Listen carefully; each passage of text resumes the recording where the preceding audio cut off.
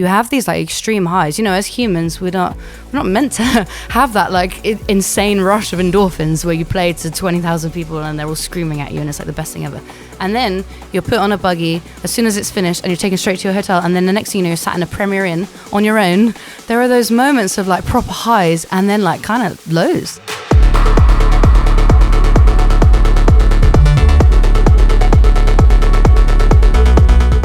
The side that you don't see is that side where it is just you and your backpack. So you're on the plane on your own, you're at the airport on your own, and I think we have to be so mindful of people performing and doing that for a living. Being a female in this industry is difficult, unfortunately. And the more you speak about that, the more people go, oh, I didn't even know that. I didn't even know that it was only 6% or whatever of producers that are female. Instagram, TikTok, they're all free marketing tools at our disposal. So, you know, if you want to DJ and you want to put yourself out there, there's no better way than... Welcome back to the Off the Record DJ podcast. Special one today, guys. We've got a special guest in the building. Let me run this off. Right. Ibiza Rocks resident. Red Bull, F1, Pikes Ibiza. You've just done the Taylor Swift Eras Tour at Wembley. You've done Latitude Festival, Download Festival. You've worked with NFL, Spurs official. We'll get to that. She's got a following of over 100,000 people on social media. ZOE London is in the building. What an intro. Oh my God. I thought you'd like that. I loved it. You did some great research. Yes. Thanks for coming. Thank you for having me. Had a bit of a nightmare this morning excited. getting here. The Metropolitan line from London to Leeds was not the one, but we're here. All good though? Oh yeah, I'm great. You had a festival this weekend. Yeah, Sunday I was at Latitude. So yeah. Crazy. Good. It was fun. You know, the stage that I play is like in the woods, so it was like it was dusty, it was dark, it was dirty. Cool. It was one of those. It was great. We'll get to that. Yeah, we loved it. Yeah. What I want to talk about today is you've managed to create a brand as a DJ. You know, people see a DJ, you turn up to gigs, you play music, but you've got a brand and a different approach to this business, what it is, and I kind of want to take it back to, you've been DJing quite a while now, and so when did it start for you? When did you get into DJing? How long have you been doing it for? So it started 14 years ago. Wow. So yeah, I learned on CDs. That sounds really old school now, doesn't it? You and me both. Like, yeah, right? We had to carry around a big wallet of CDs. I used to take the bus to the show in Camden that I used to play in the pub, and then I had my great big bag of CDs with me. Yeah, big wallet. But yeah, I started out with the Camden Barfly just because I had friends that did it, and they, you know, I'd never tried it before, but I saw them DJing and I just thought, I feel like I can do that. I feel like, you know, this is something that feels quite natural to me to play music, and I just kind of winged it. I'm not going to lie. Yeah. I just kind of went to them and I was like, oh yeah, I can DJ too. And they were like, okay, great. Do you want to play next Saturday? And I was like, oh God, what have I done? Yeah. But, you know, I think in that moment, I realized that was something that I felt like I was quite natural at. So I think it doesn't hurt in that moment to just kind of ask and just be like, why not? Let's have a go. And it worked out. So I did that for quite a while, and then kind of moved. So were you doing like the sort of the residency scene in Camden, or was it? Yeah. What were you playing as well? Like when you kind got of into indie, to be honest. Yeah. Because obviously, like 14 years ago, that was like a really big genre of music. It's not so big now, but I started out really kind of playing those kind of music where you just play one track after the other. There's not a lot of mixing involved, and that then came with time, and I started to learn and realized that I actually really enjoyed the technicality of it too. Yeah. But I started out with like indie pop kind of vibes. And then was you like doing like residencies, or was it just a gig here and there? What was it like? No, so I used to play every Friday at the Camden Barfly. They had, you know, the Libertines, All right. So they had Carl Barat from the Libertines. He ran a little club night, and I did that. Yeah. And it was great. You know, we used to have bands upstairs. One of the shows was in 2012 or 2013. You have to excuse my memory. Someone will probably know better than me. But it was like the 1975 second ever gig. Upstairs, and there was like a handful of people there, and then we were DJing downstairs. So like there was some cool bands that came through, and it was fun, and you know, you got a good mix of like tourists, people come to Camden, and then like local people that just wanted to dance. So. Were you into music before you got into DJing? Yeah, massively. Massively. Was you working alongside when you started DJing? Did you have a job and stuff? Were you working? Yeah. What were you doing? Yeah. So I started my kind of background is that I was quite successful as a YouTuber influencer. Nice. So I started that at the same time, kind of the same year that I was DJing. So I was like, back then it was a blog. That's how old school I am. So I started with my blog, and then I was doing that while I was just working in Gap. I worked in, I just did visual merchandising in Gap, dressed the windows. And look, there's no shade to Gap, but there's only so much visual you can do with a plain white t-shirt and some jeans. Like, it got boring real fast. I was like, can I do something fun? They were like, no, it's plain white tees again. So I was like, great, season staple. Great. So I was working and then doing my blog, which was, quite an intense thing. If you wanted to be successful in that, you had to put a lot of time into that and then DJing. So there was I don't know how I found the time for it now. well, it's interesting, isn't it? Because what you're doing there is, to where you are now, you're building them skills of, being on camera, uploading to YouTube, learning that side of it, and then at the weekend you're getting that club experience. So it's so true. It's not a surprise it's turned out pretty well. There's a lot of transferable skills in that kind of, filming things and making content. I think a lot of DJs, it's a creative job, isn't it? So a lot of creatives come through and you don't realise all the transferable skills that you have to do. It's so true. And what we'll talk about is, like I said, DJing now, it's not just you turn up to a gig, you play for 2 hours and you get paid. It's like, it is a whole business. There's so much to it.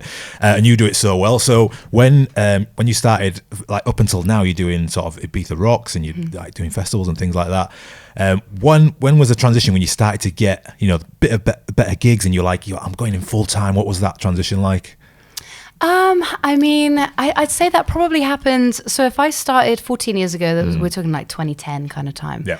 And I think I finally managed to get like good bookings that weren't just kind of like club, not that they weren't good, but you know what I mean, like something a little level up. Yeah. I love the Camden Barfly, no shade. But probably about 2015, 2016. And honestly, a lot of it came from just kind of being in London, it does help. So you meet a lot of people in the music industry. I ended up meeting people from Festival Republic that were like, yeah, we can put you in the guest area at Reading. It's not paid, but you get to play at Reading. And there was a lot of stuff like that I kind of did before it finally got up to the kind of Ibiza Rocks, which I only did my first like full kind of residency last year at Ibiza Rocks. So it does, for me, it's been kind of a slow burn journey, even with the help of socials and things. Well, one thing that stood out to me is like the hustle of you. So I was looking on your Instagram, I was like, great following now, you've got 60,000 on Instagram, and I looked at our social, so we've posted 2,500 times. You've posted 7,000 times on Instagram. Really? But what I wanted to get across is like that sort of hustle, and what you managed to do is like create a brand. So you're doing DJ gigs, you're doing brand deals, you've got other stuff going on, and I think that it's quite an interesting topic because in this digital age now, there's so much opportunity that comes along with DJing. Yeah, 100%. And it's never been a better time to sort of use that. And you use that really well, right? Thank you. Yeah. Absolutely. I think that, Instagram, TikTok, they're all free marketing tools at our disposal. So, if you want to DJ and you want to put yourself out there, there's no better way than literally uploading a mix of you DJing. Yeah. Because everybody can then immediately open your page. I always say this to people that are like, how do you get Ibiza Rocks? Or how do you, how do people know to come to you? And then I go look at their page and I'm like, you don't have anything that shows me what you play. If I'm a promoter and I'm going to go straight to Instagram, because everybody goes straight to Instagram for everything now, or TikTok. Yeah. They're going to want to see a video of you DJing. So that's completely free thing you can do. And I know that it might seem a little intimidating, like, oh, I need a camera, I need a deck, blah, blah, blah. But you can use your phone. I use my iPhone. I use a cheap tripod I got off Amazon. Little light. I think it cost me 20 quid from TikTok shop. There you go.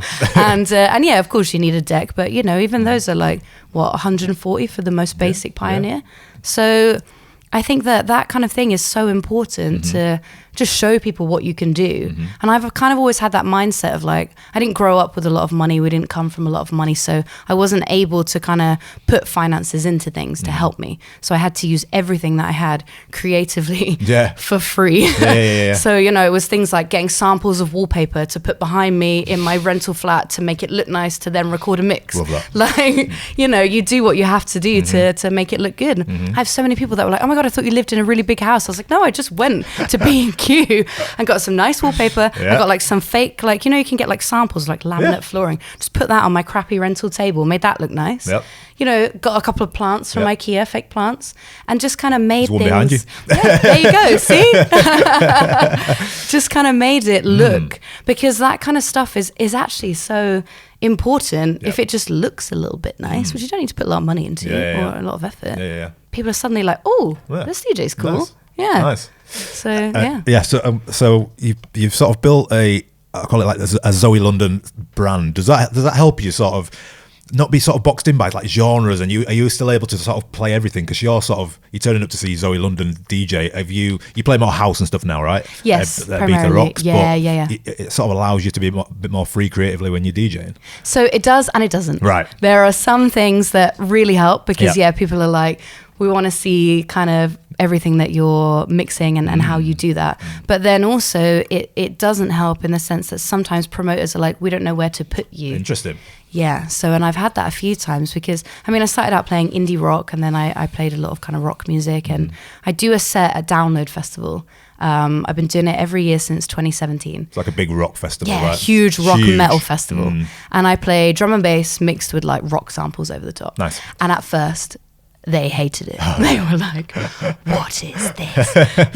but luckily, the owner of Download was like, I believe that, they're going to, because they booked, Chase and Status to play Download. Right. They have loads of like dance acts, Pendulum Prodigy, stuff like that. Yeah.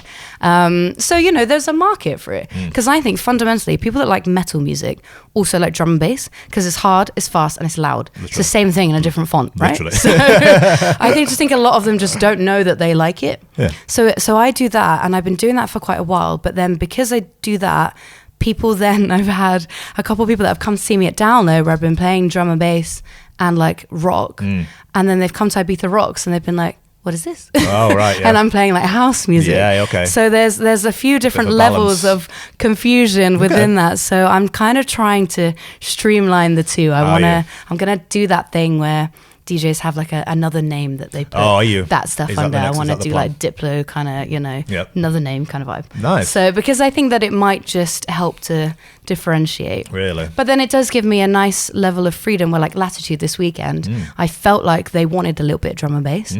So I just took it for the last 30 minutes into drum and bass. Nice. Because I think you see a lot of people like Dom Dollar, John Summit, like they're crossing genres now. Yep. And I think people kind of just want to see a little bit. There's obviously certain circumstances where that won't work, and they'll be like, what on earth are you doing? But I think that there is starting to become a lot more like genre fluidity in that. Yeah. And I'm quite lucky that I kind of always have been a bit like that. Yeah. So in those senses, I can use it to my advantage. Nice. So you're trying to purposefully make a move towards sort of picking a niche and sort of sticking with it. Do you think that'll... I think so because I think it can be a bit confusing and people are like, what version of Zoe are we seeing today? And I have to be really clear when I post on my story. I'm like, this show, so I supported Venby at Rock, so that's drum and bass. Yeah. So I was like, this is a drum and bass show. And then I supported Jazzy, so I was like, this is a house show. Nice. And then if I do like Reading or Leeds or whatever, where I can play a little bit more alternative remixes, I'm like, this is a bit of everything. Nice. So I try to make it quite clear, but I think kind of having a clear differentiation will help. And I think that's I think, so many DJs have that. I love like Eli Brown and Oliver Heldens that they have that techno side project. I think that's so sick. And John Summit and Dom Dollar, they do that, don't they? Like, and Subfocus. There's 4 of them, I think, that do that. Can't even remember what it's called. I told you my brain won't work. In the comments, but someone will know. But it's like Culture Shock and 1991 and Subfocus and Dimension. They have the thing. And I love that. I love that now DJs are starting to kind of do that a lot more than they did anyway. Nice. We met in Ibiza last year. We did. A year ago, man. I know. Crazy. It's flown. When you get that call to do Ibiza Rocks in a season in Ibiza, how do you prepare for like a set like that? So it's daytime, right? You're talking daytime vibes. You're doing like warm-up sets, which I always say to new DJs is like probably the most fun set you can have. Yeah. Because you can play a lot more for like yourself, and you get learning, you get reps in, and you don't have that pressure of the main act having to like smash it or something. And you can play a bit more to your taste. Do you find that as well? I do, but then I also think that there's such an art to doing a good warm-up set. Big time, well said. Yeah. Yeah, which I think is so important. And also I would encourage all new DJs to do as many as possible because it teaches you so much just practical skills in doing that. So I was supporting Switch Disco, which they play mashups and they play really fast and they play a lot of genres, but fundamentally, just kind of like EDM. It's like dance and house and classics. Yeah. But they cover so much ground in like 2 hours that I was kind of like, what do I play? Because they play like 30 seconds of everything. Right. So actually it was a really good test. A challenge, yeah. Yeah. And I love that. I was like, this is great. I'm going to take this challenge. And, there are a couple of sets where I played a song and then Nikos or Dan would be like, we're going to play that in our intro. And I'm like, one song. Let me have one song. I was like, I'm sorry. but it actually taught me so much about crate digging and finding those things. And, you know, because they mix so fast, I then was taking mine kind of a bit slower and playing the songs out and kind of bringing a slightly different vibe, but also lifting the energy. And that's quite hard. Yeah. That's a lot of skill. You know, even DJing for this long, I was learning so much doing that set. Right. So yeah, as the time went on from May to September, I felt like I actually grew a lot as a DJ because, like, confidence and which helps you just when you're different doing skills. You know, latitude to 10,000 people. Exactly. You don't get overwhelmed because you're like, I know it's gonna work. Yeah. It's an amazing place, isn't it, Ibiza? Obviously, you spent a lot of time out there. You've recently done, you did the Pikes Ibiza show. This is like the best day of my life. If anybody doesn't know what Pikes is like, just have a look. Google it. Google it. Go on YouTube or something. It's unbelievable. Google place. Tony Pike is like an absolute legend. Unbelievable. I saw him once. I stayed there in 2015. And he was there. I didn't really know much about him, I have to be honest. There was just this guy like on the dance floor, just like proper cutting some shapes. He looked like he was in his 80s, which he clearly was back then. And we were just like, who's that guy? How awesome. And they were like, that's Tony Pike. Nice. And I was like, no way. Yes. But Pikes is legendary in Ibiza. It's iconic, it's you know, and to actually get to play there was a real honor for me because they are quite picky about who they book. I imagine, yeah. So they have a little secret bathroom. So if you go to Pikes, right, go check out the bathroom. And in the bathroom, they've changed the bathtub into like a ball pit. Oh, have they? And then and then next to it there's the DJ deck. Right. And it just gets well sweaty in there. Right. And like nobody's on their phone because it's just not that kind of vibe. Everybody's just like up. It's like boiler room on steroids. You're like even like everybody's like above you. And again I felt like I learned so much from that because I didn't really prep anything much because I was like, I actually just want to go, and something about Pikes is very special and it's very like in the moment. Nice. I wanted to kind of feel the moment and see what people were feeling. And the night I was doing was Manumission, which they brought back. Oh, really? Yeah, it's nice. so great. And it's like, it feels, you know, I mean, obviously I didn't really go to the original because it's before my time. But it feels what I think it must have felt like back then. People were just raving on their phones. So I kind of wanted to just feel that and just play in the moment. But because of that, it was really testing me in the spot, and I had the best 3 hours of my whole life. I got in and I literally collapsed in a heap because it was so hot in there, and cried, and I was like, "This is the best set ever." But also, I was like, "Please fix the aircon," because it was so hot. That's amazing. So it must be, because you play so many different types of gigs. So you've been I have a bone to pick with you because go on. You're a resident for Tottenham Hotspur. I am indeed. I'm an Arsenal fan. Oh, so God, the fact I'm off. The fact I'm going. the fact this is over. The fact that you're here speaks of my professional nature. I actually have a Tottenham tattoo. Oh, look. no. That's how hardcore a Spurs fan I am. God. That aside, what is that like compared to, you know, Ibiza Rocks and then your Pikes and then Latitude and then there's Tottenham Hotspur and you've done the NFL games, right? Yes. There as well. What happens at a stadium when you're DJing? Tell us. Oh my gosh. I mean, at first I was terrified because it was a lot of pressure. And you know, I've supported Spurs my whole life. Sorry so about that. walking. That's the last one. Don't worry, honestly. The last one. I felt that one. It's hard being a Spurs fan. People will agree with me. You're kind of set up for constant sadness. But you know, walking into that stadium and kind of thinking, oh my God, I first came there, I think I first went when I was like 7 years old. I know it's obviously a different stadium now, but it still feels like White Hart Lane to me. And you know, for me, it's the greatest honor to play for my club, and that never gets old. I'm about to go into my 4th season playing for Spurs, which is like just the best thing ever. Amazing. But you know, you get everybody there from like, you got your old boys that have been going their whole life. They're in their late 70s, whatever. They want to hear Chaz and Dave. They want to hear the Beatles. They want to hear like old stuff. Nice. And then you've got 6, 7, 8-year-old boys and girls that are just wide-eyed, like this is the first thing they've ever seen in their whole life like this. And then because we have Sunny, that we have a load of Korean fans, which is incredible because you get to play a bit of that kind of music and they react so well to that, which is like, it makes such a good atmosphere. Cool. And so I like to play just a real mashup of everything. And at first, you know, it took a little while to get into the rhythm, but now I've got the set, you know, down to like, I'm so happy with it. I love it. You know, for me, it feels like I walk in and I'm like, I know everybody. Whereabouts do you play and what times? So I usually play up on the top floor. Right. And I play for 3 hours before the game. then I play 15 minutes at halftime, and then an hour at the end. Nice. But when we have like special games or like the women's game, they put me out the front of the stadium. Oh, nice. And it plays out the whole system, which was terrifying That the was- first time. yeah, crazy. And the thing with that is that you're playing the music, but there's obviously like a million other things going on, right? So I've got my headphones, but then I also have to have a headset, which is the control production, which are telling me, right, Chirpy's coming out to do the parade in 5 minutes, so you got to play that track. You have to have a specific track to soundtrack the team when they're reading out the team sheet of who's playing. And then they have like adverts. So you're like trying to play to like 67,000 people. And then you're also being told in your ear, you're like, they're counting you down. You've got a few seconds. And then they're like, look down camera one. So you're like, oh, really? Yeah. So that's, I mean, the first time I did it, I feel like I was a bit like, oh my God. but yeah, it gets easier the more you do it. But Really, I loved it. Really interesting. Like the stadium looks amazing. Like it's like wild. It is, and look, I'm sure Arsenal Stadium is lovely. But I think anybody could agree that it's the best Premier League stadium. It is absolutely beautiful, and they made a big point of installing like a state of the art sound system. So you press play on those tracks, and it sounds incredible. And I really like to play like unreleased tracks of my friends or whatever, and just kind of hearing that come out of that stadium. Yes, I love it. It's amazing.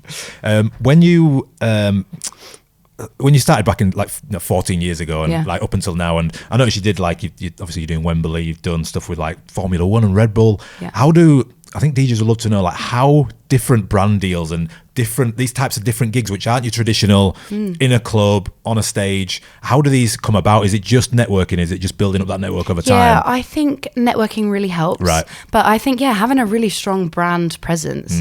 So other than all those things that you've mentioned, which were quite public sets, I also do a lot of like corporate sets. Right. And I played for L'Oreal for like 5 years in a row, did all their huge brand parties, and played for anyone from like Samsung to Starbucks to McDonald's. Like they look for somebody that can play to the crowd that, they don't want like super heavy club bangers, they want like quite palatable music. But if you've got quite a strong brand, then they can be like, oh, we've got this DJ, she's doing X amount or whatever.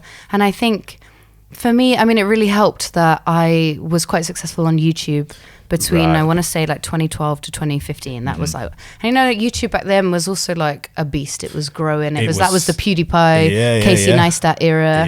I did all of Raw that. And I did all the VidCon and all those things. And I think that really helped because they were then kind of seeing the videos I was putting out as well as the actual DJ work. And I think sometimes people can maybe turn their nose down a little bit at like influencer DJs, but I think it's so powerful to kind of put other content out as well as DJing content. It's a brand. Yeah, because I was putting out vlogs of my day. Like if I was filming now, I would have just been filming everything we were doing, and then my followers would have seen that. And then brands are like, oh, that's cool, because she's then going to show what we're hiring her for on this like other platform.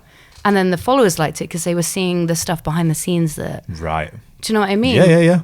And I think that whole kind of package of having all of that just really helped. And they wanted, rather than just a DJ that they were booking through an agency, they could then have someone that was making all this content around that. Yeah.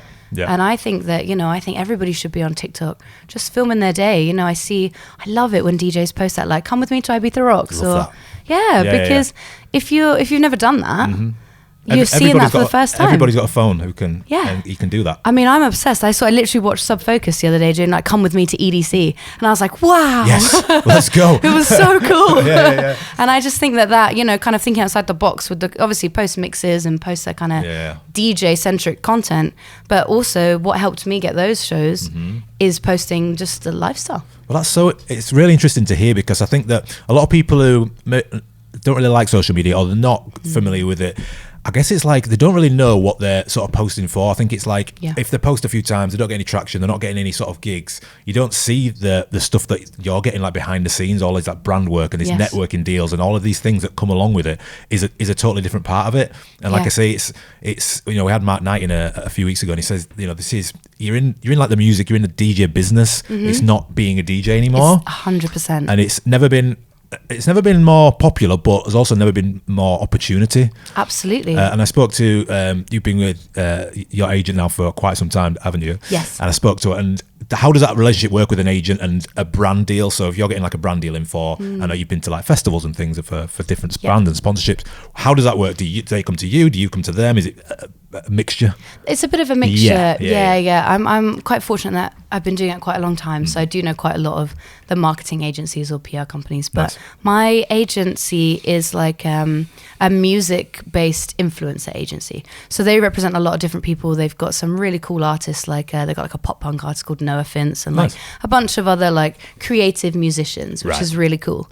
And they'll pitch for stuff, but also we do get stuff that just comes through to your me, network, your brands, and from people seeing that on Instagram. And I totally relate to what you're saying too, of people kind of being a bit like overwhelmed by social media and also not kind of knowing what they're posting for, because it's kind of a lonely thing, right? You do all this for yourself.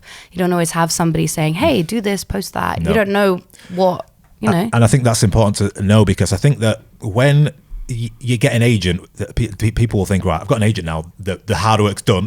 They'll go and get all my gigs. They'll go, again, we had like Mark Knight saying, you know, if a producer, you get signed to a label, you think, oh yeah, great, my job is done. It's like, that's not how it works. Absolutely not. It's like no. the sort of the hard work starts then. Just about starts. Because then you've got somebody else like wanting to pitch for you, and you can't be like, oh, well, she's not posted for 3 months, like. Of course. Right? How and you know that they need to pay their bills. So if I'm not getting work, they're not getting work. Yeah. And for me, they're an influencer agency, so they don't kind of directly book my DJ sets unless they're kind of corporate things or they come within a deal with other stuff. So we work together, you know, a lot, and they're incredible. They're so supportive, and considering that my incredible agent Elle, I'm going to shout her out because she's the best. Considering she had never worked with a DJ before, she's like thrown herself in it like full pelt, and she's been like amazing. And I think that's so important. You know, I think a lot of people get quite caught up in thinking, I got to be signed to the biggest agency, I got to aim for this. But I think actually just having people around you that understand your vision, understand what you're looking to do, and are happy to support that any way they can is actually so much more powerful than being on the biggest agency sometimes, you know? Yeah. What are some of the hardest parts about the sort of content? Is it like every day you're sort of thinking of what to post, or does it come naturally to you now? Like you've got loads of you posted 7,000 times. Like, does it feel? I need to stop. No. Does it feel easier, or is it still like, or is it hard? Is it quite difficult to think of ideas? So it definitely gets easier in how your mind thinks about things, in the sense that I know if I'm like doing my hair and makeup, right, I'm going to film like 5 reels in one go. Right. And I'll plan that, and then I'll space them out over like 2 weeks. Nice. Because that just makes my life easier, right? I'm not going to do my hair and makeup every day for 5 days. That's really silly. That's great. So you can't relate. Yeah. You don't need to, darling. So you kind of train your brain to think about things, or I'll think like, if I'm going to DJ something like Reading, for example, that's quite a big stage. So I can do Come and Get Ready with Me. I can do Follow Me to Reading. Nice. I can do like actual shots of me at Reading. Great. Then I'll get a photographer, take some photos. Like you after a while, you train your brain to think of other pieces of content that you can adapt. And actually now it's kind of easier than ever, because TikTok in particular is incredible. Like you can just use B-roll off your camera. You just put like a caption over it, and that'll do better than like if I actually try hard. You spend like 3 days on it. Yeah. And I think if you just spend a lot of time on these apps and you get to know what people are looking for, I think people, they want something useful that they're learning from, or they want something relatable that they can laugh about and be like, oh yeah, that's funny. And then they scroll up. And I think if you can kind of post stuff with that in mind, you know, you don't always need to be filming content all the time. You probably got something on your phone that you can already use. Yeah, exactly. And so it's kind of got easier in that sense, but also it's got harder because I started with a blog.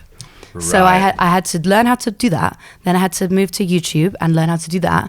And then I had to move to Instagram and to Twitter. And then when TikTok came along, I was like, really, I'm exhausted. Come on. Like, how does this one work now? Because I had trained myself. When I was in it, kind of popular on Instagram a few years ago, it was all about having the nicest photos. Polished, the prettiest, like, camera. I had a drone for filming things. Yeah. Like, we took it seriously. Yeah. Now, and then TikTok came along in the lockdown. It's like we don't like that. No. And I was like, what do you mean? Yeah, no. We like messy stuff. Yeah. We just want it. I was like, no light, nothing. Oh, God, yeah. Just on my phone. No, we had to train ourselves out of it here. And we've got these thousands of pounds of cameras. Lovely new cameras. We've got loads of cameras, and we're like, we don't need, it's hurting us. But it's weird. It's really interesting, isn't it? It's interesting to hear you talk about it, because we say this a lot, like, social media influencer, it is just marketing, and it is a skill that you can learn. It's not just Absolutely. it's like being a DJ, right? It's like I've never picked up some decks before, I don't know how to DJ. It's like reps. It's like you go on, you learn, you mess up a little bit, you come back the next day and you go, okay, this is how to loop now, this is how to use effects. And it's a bit like social media, it's like marketing. These are tools. It's not a thing that you're just not good at. It's something that you do, and you put the reps in, you fail. And I've spoken to loads of DJs on this podcast who, you post and it is like soul destroying sometimes. And you're like, nobody's watching it. But that's also a good thing, because you can fail in private. If no one's like paying attention at the beginning, that's great. You test things, see what's working, look at other people around you, get inspiration.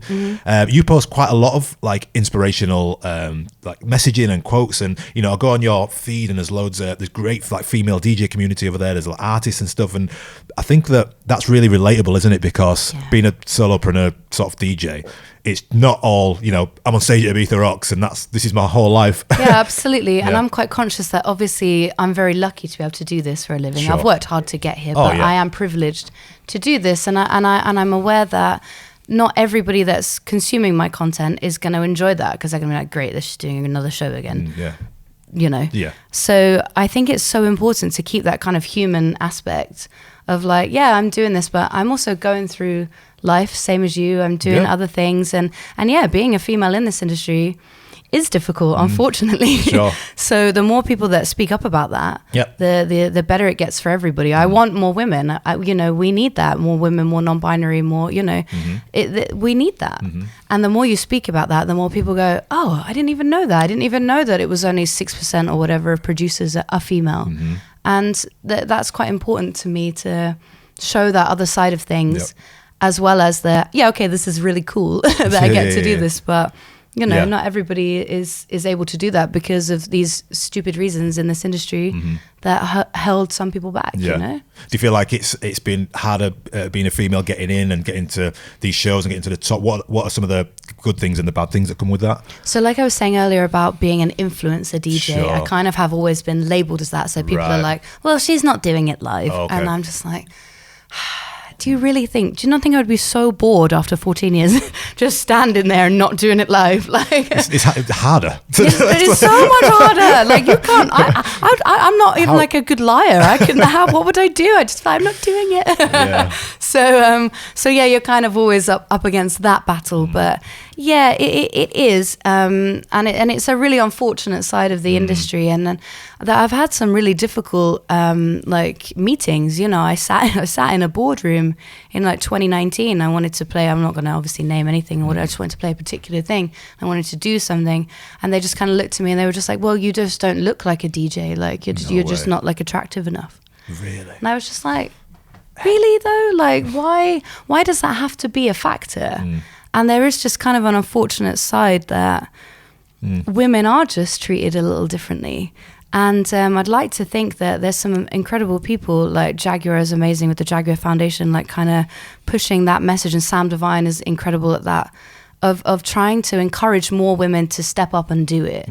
Because I think also a lot of women are a bit nervous, they're a bit intimidated. They're like, I don't want to be criticized like that quite openly. You only have to open a mix of like Peggy Goo or, Charlotte DeWitt or whatever, and open the YouTube comments, and there's still people that are like, this is terrible. And I'm like, they're incredible. Yeah, of course.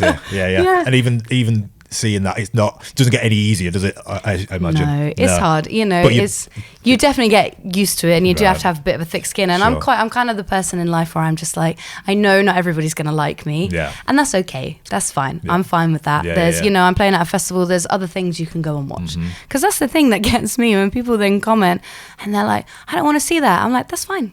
So go watch something else. You don't all have to come here. Amazing, And you do get used to that. You know, unfortunately, it's kind of the side effect that when you do grow in followers and you do put yourself out there. But I wouldn't want anybody to be put off by that.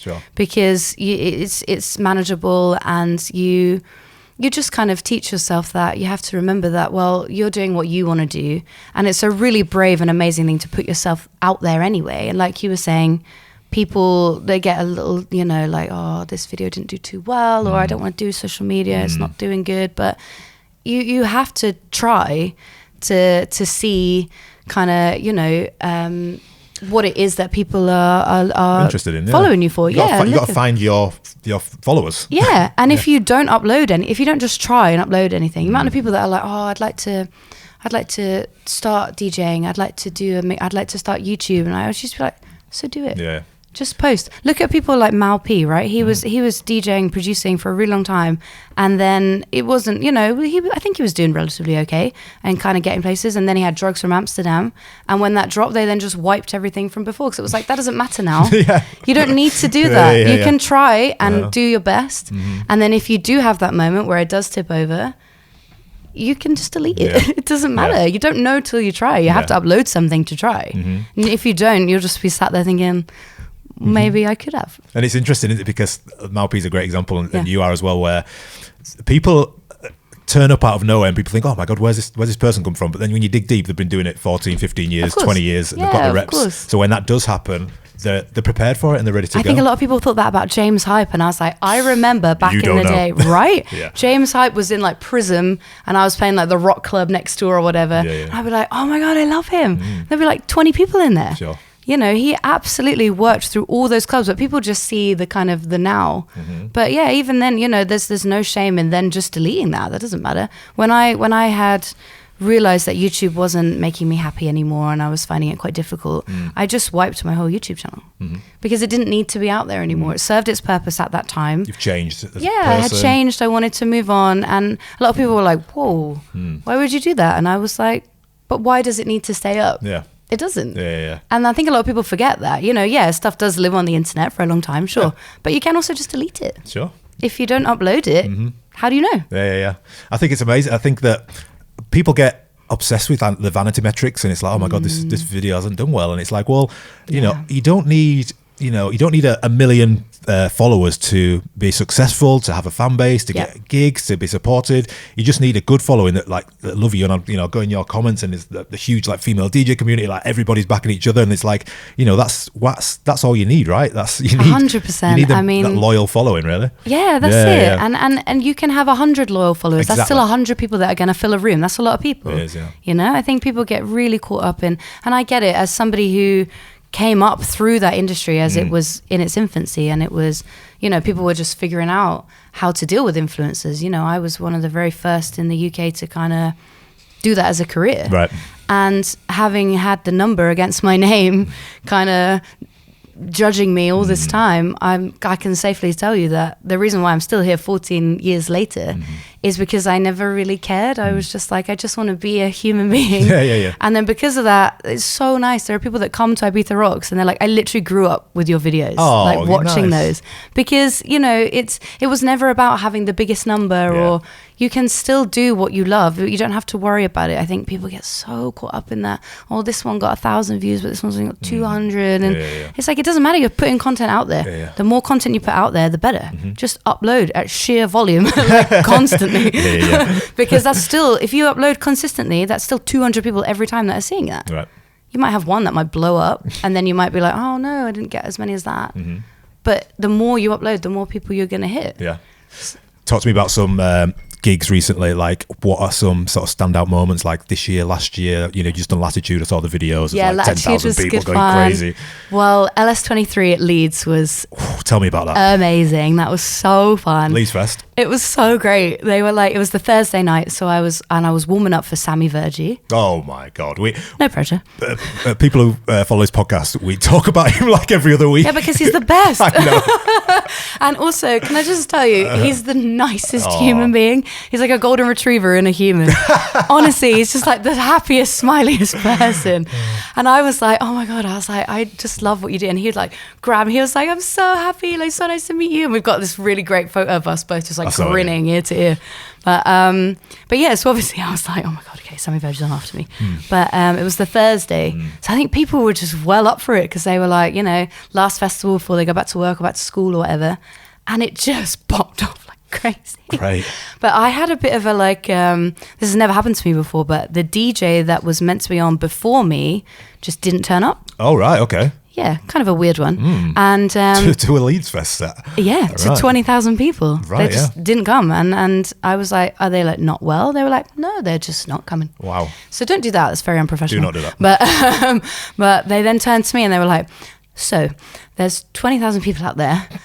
And if you don't play for another hour, there's not going to be any music. And I was like, okay, I've prepped an hour. You know, I plan things pretty loose. I'm one of those people that like, I know some people plan it quite meticulously and some people don't. You're quite loose. I'm quite loose. I like to have like a couple folders that I've like pre-organized that I can dip into. Okay. And I have all my cue points ready and things like that. But I like to just kind of get the vibe of the. Yeah. And I was like, okay, I've definitely got an hour. And I was like, I mean, I can do it. But they were like, great, can you go on now? I was like, okay. Knowing that Sammy Vergie's on after me as well. So I played for 2 hours and I just completely winged the last hour of it, but it was like the most fun I've ever had in my life. The stage is wild. It's like in a forest. The stage is amazing. Yeah. And they have all these awesome lights that go between the trees. And like I said, people were just well up for it. So they were on their shoulders, they had like flares and stuff. Yeah. And it was just awesome. That was such a good memory. And then I had to fly to Ibiza to play at Ibiza Rocks, so I had to leave straight away, and then I was on the plane at like 5 a.m. the next day. And it all just like hit me when I got to my dressing room at Rocks, and I just cried. And Poor Switch Disco were like, are you okay? I was like, I think I've just played the best set of my life. Oh, that's amazing. And now I'm in Ibiza as well, which is the best thing ever. And I think you have those moments as a DJ, and a lot of people don't talk about that, where you have these like extreme highs. You know, as humans, we're not meant to have that like insane rush of endorphins where you play to 20,000 people and they're all screaming at you and it's like the best thing ever. And then you're put on a buggy as soon as it's finished and you're taken straight to your hotel, and then the next thing you know, you're sat in a Premier Inn in Leeds on your own, like, what just happened? And then you have 4 hours sleep and then you're on a plane to Ibiza. Yeah. And it's like, there are those moments of like proper highs and then like kind of lows. And I had that real bad. But yeah, that was amazing. And I think for me, that's one of the best sets I've done in a long time. But I've been really lucky. I've been playing for the Taylor Swift Eras tour, like you said. Yeah. Which is like so not normally the kind of music that I play, because it's like really cute little pop. But it's so many people's dream. Oh my God, it's so fun. And like, I just have fun, just the most fun. I think it was the first time ever in my life that I hit play on a Backstreet Boys track, just a straight up Backstreet Boys track. I've got like samples of Backstreet Boys when I'm gonna play in my mix edits. Yeah. But I just went straight in with the track, and I was like, I'm living my dream right now. My 10-year-old dream. Yeah. And it's nice because there's a lot of kids, you know, and they've saved up so long to go to that show. It's like the best thing ever. And they're like, they said to me, they were like, you can play as much Taylor Swift as you want. Which I was like, really? Was it before the show? Before the show. Oh. Yeah. They were like, play as much Taylor Swift. She's very happy for you to play as much as you want. So I was like, okay. And then, you know, they were just like, just play the same song. In the end, she's got that song 22. I played it 3 times. Oh my God, doing spin backs on 22. Yeah. Run it back. Run it. I don't know about you. Crazy. And but every single time just went off more than the last time. Yeah. But that for me, I just went home and I was just like, how amazing to have been. That's the most profitable tour in history. How amazing to have been a tiny little part of that. And they were so happy with the set that they've asked me back to do 3 more shows. Amazing. So I'm doing 3 more in mid-August. So I'm just like, amazing. This is great. But like you said, like, it's not a normal human being thing to be 20,000 people at a festival on a plane to Ibiza, backstage at Taylor Swift playing Backstreet Boys, and you're like, and then you go back to your hotel, you're like, what? And you have this real, and you know, I think a lot of people can maybe just think, oh, what have they got to complain about? DJs are playing in Vegas, they're playing in whatever, and you're just, the side that you don't see is that side where it is just you and your backpack, and you're just like, me again. And yeah, you have that incredible moment and you get to do what you love and everybody enjoys it and it's awesome. But then a lot of it is spent, especially if you're like me and you're kind of at a level where you can't afford to take a tour manager or take an agent or whatever with you. So you're on the plane on your own, you're at the airport on your own, you're tired, you're hungry, you're like, no sleep. Your sleep pattern is all over the place. That's it. And you're like, confused because you're just like, oh my God, my endorphins, but then you're like, oh, I'm on my own. And you've got to get back into the psyche of like, I've got a show tonight or today. Absolutely. And it's like you've got to put on your till like 3 or 4 a.m. or something half the time. And yeah, I think that's quite important to talk about because, I mean, for me, one of my biggest influences and kind of one of the reasons why I transitioned from playing indie rock music into more dance music was Avicii. I heard his music for the first time and just thought it was the most beautiful thing I'd ever heard. I thought that it was so emotional and so powerful and so just, you could just tell it just came, it was just him. And I think about him all the time when I have those moments where I think in that moment, there was nobody there for him. Yeah. And I think we have to be so mindful of people performing and doing that for a living, because I think now you can blow up overnight, right? And then all of a sudden you're in the spotlight. You've gone from being 19 years old in your bedroom to having a track blow up, and you're now playing all over the world. And I think we have to be so conscious. That's why I like to post those kind of posts where I'm just like, it's okay to feel like that, because I feel like that too. And I think that's such an important part of how the industry is right now, because it's a bit like all at once. Yeah. It is interesting. We had a bit of a chat earlier about Tomorrowland. I was there last week, and speaking to all like the big DJs, and you do get that detachment from these super famous DJs, are rock stars now, right? Absolutely. This detachment full thing. Yeah. And like 9 times out of 10, they don't see any of Tomorrowland. They're taken straight in the car. They play the show, and then they're taken straight out again. People are like, "Oh my God, you're at Tomorrowland. It was amazing." And you're just like, you didn't see nothing. You know, I had that with Latitude at the weekend. I was so busy all weekend that I could only arrive like 2 hours before my set and then left, and I heard Duran Duran in the distance, and I was like, "Oh, that looks fun." I didn't see anything. My mum was like, "Make sure you go see Duran Duran." I was like, "Mum, I'm not gonna have any time." I've done that so many times coming out of I've gone to play a festival and I'm leaving, and like Drake's headlining, I'm like, you're like, please. And that's the reality for a lot of people. They're kind of straight on the plane, especially in Ibiza. They're flying in, flying out. And I did what you said at Tomorrowland after like night one. Like I got back to again like a Premier Inn type hotel, and I sat down. I'm like, what? Like this is ridiculous. It hits you, don't it? And that's that's a side that I think a lot of DJs don't share that on their socials. Well, Instagram isn't real. No, of course that's not. the thing. It's not. It's a extension of just your best pics, which is why TikTok's quite good, because it's a bit raw, and that's why that's the popularity. You actually see what real people are actually like 100%. Mainly all the time, right? And I love, we were talking about Fish 56 Octagon earlier, right? And I love that TikTok's given people like that a platform. This is just a guy that just loves music. How amazing. Like we all do. To play at Glastonbury. Exactly. And so, you know, the fact that it is now becoming more relatable, more like down to earth, I guess. I just love that. Like I was saying, I loved that video of Sub Focus at EDC showing like what he'd eaten and stuff like that, because you just don't see that. You know, you would just see the picture of him on the big stage and think, wow, I wish I was doing that. But then you have to remember that there's all that other stuff that goes with it. I've noticed that you've started releasing music. Is this the next step? Is this the intentional move to like, okay, let's take a step in this direction? Yes. Yeah, very much. I think I kind of got to a point where I got booked for some big shows, but then you hit like a wall where they're like, okay, great, but she doesn't have a Spotify. Like, where's the music? And there is, you know, there's not a level of expectation, but I think if you want to climb up further, you do need to have music attached to your name, because otherwise people, you know, people want to come and hear your tracks. So I started doing that. I did a tool room course. Nice. Which was incredible. And I did that during the lockdown. So just from home, learned how to use Ableton. And I mean, it's terrifying, absolutely terrifying. As somebody who started DJing with CDs, you know, I was all of a sudden like, what? And also I'm 35, so I'm like, you know, information takes longer to go in there now.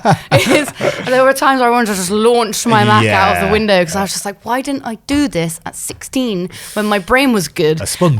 Yeah, exactly. So, but it doesn't mean that you can't do it, you know? You absolutely can learn any skill at any age. And I was really excited to kind of take that journey, and I'm really looking forward to kind of seeing where that goes. And so far, you know, look, there was a lot of expectation, because people were like, wow, you're playing these big shows, you're going to have loads of streams. And I was like, I'm not, because I have to start somewhere too. Sure.